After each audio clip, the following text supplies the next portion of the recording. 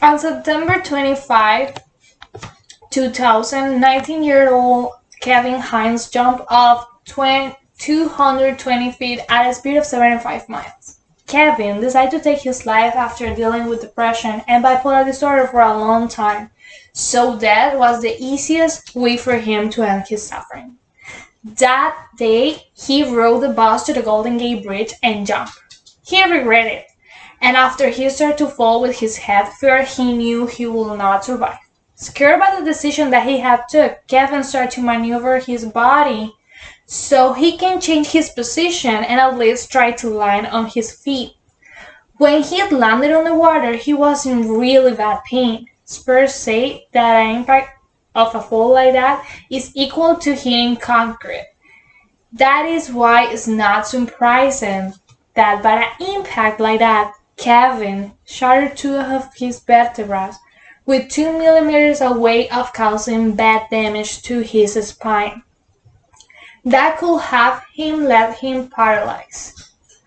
Kevin confirms that 2% of the population that has had a suicide attempt at the Golden Gate Bridge, demonstrating that mental health issues is something that can affect everybody and that depression is something that has increased over the time.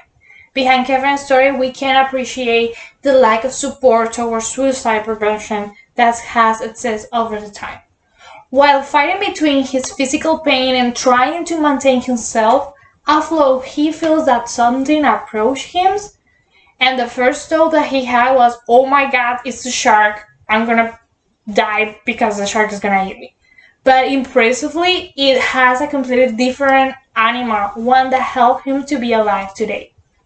The Bridge Rail Foundation stipulates that since the Golden Gate Bridge opened in 1937, there has been more than 1,700 confirmed suicides.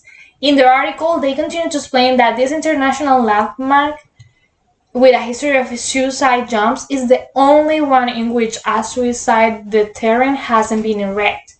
The most common occupation of the Golden Gate Bridge jumpers is students, and the second most common is teachers. Based on the Marine County Coroner's records from 1994 to 2009, we are able to know the sex, age, and race of most of the jumpers. The common ages of the jumpers is between 25 to 44 years old, followed by adults that are between 45 to 64 years old. 74.24% of the jumpers are male and 25.76% are female.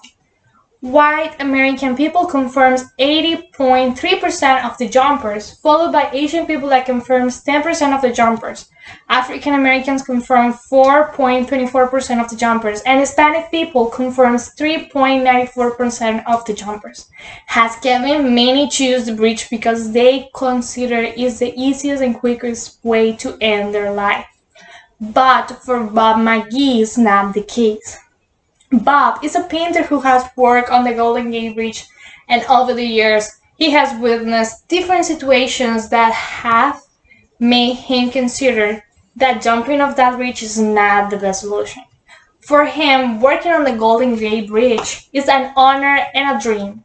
He says in his article, "Due to a job working as a painter on the Golden Gate Bridge, that he understands why are so many people attracted to the bridge, but he also knows the scary that is jumping from that bridge.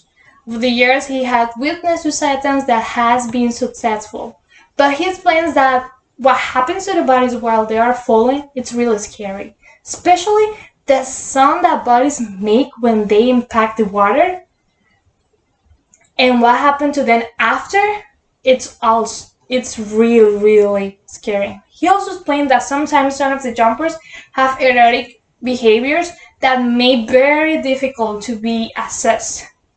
Now, it's important to understand some of the causes that can inspire suicidal thoughts. So the CDC explains in the article "Suicide Rate Rising in the US" that 42% of the suicide attempts are because of relationship problems. 29% of the causes are because crisis over the past week prior to the attempt. 28% of the causes are because substance abuse, and 16% of the causes are because job and financial problems. Situations like this has inspired many people to advocate for suicide prevention, like is the case of Officer Kevin Briggs. He explained on his TED Talk the bridge between suicide and life, how it's to work as a patrol officer at the Golden Gate Bridge. He explains that for many the bridge has been romanticized as a portal that will stop your pain and grief, and that the water that is under it will cleanse your soul and let you be free. Over the years, he had witnessed the regrets and desperation of many jumpers, and how the collateral damage of suicide affect many people, especially to the officers that try to help to de-escalate situations. He explains that for many of the jumpers, and especially the survivors, it's important to be here and have somebody that actually listens to them. And he also explains that the suicide attempts at the bridge has taught him that suicide is preventable and it's important to advocate for its prevention. Now, I ask, how many of us know at least one person who has suffered from depression? Or may have suicidal thoughts? How many of us has experienced depression at some points or have suicidal thoughts? When I started to do my research about this topic, I was really impacted by Kevin Hines' story. It really made me think about the importance of being more connected to my community. While I continue to do my research, my investigation about the suicides that has happened at the Golden Gate Bridge, I understand that for many, hope is something that is not always in the picture, and we tend to forget that sometimes it's okay to not be okay, but that is important that we reach out to anybody that is willing to listen to us and express ourselves, that we are willing to understand and listen to others that reach to us. Now, do you remember that story that I told you about in the beginning? Well, here's how it ends.